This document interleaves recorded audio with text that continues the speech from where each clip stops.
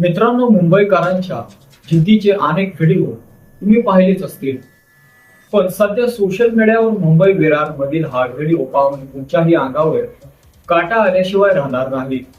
मुसळधार पावसामुळे जेव्हा रेल्वे ट्रॅक समुद्रासारखे दिसू लागले, तेव्हा शेकडो प्रवाशांनी घराकडे जाण्यासाठी काय केलं पहा या व्हिडिओमध्ये. हा संपूर्ण व्हिडिओ मुंबई जवळील विरार भागातील आहे. कामावरून सुटल्यानंतर चर्चगेट ते वसई रेल्वे स्टेशन पर्यंत हे सर्व लोकल ट्रेनने सुखरूप पोहोचले खरे, पण खरी अडचण पुढे वाट पाहत होती. विरारच्या दिशेने जाणाऱ्या प्रवाशांसाठी निसर्गाने जणू काही मोठी परीक्षाच मांडली होती.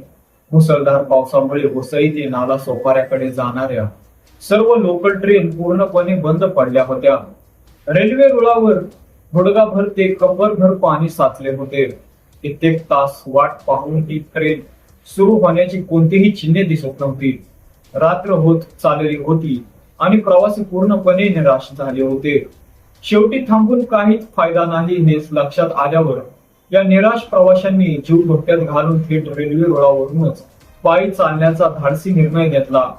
व्हिडिओमध्ये तुम्ही पाहू शकता, लांबच लांब रांगा लावून एकमेकांचा हात धरून छत्री घेऊन हे शेकडो लोक पाण्यातून वाट काढत घराकडे चाललेले आहेत.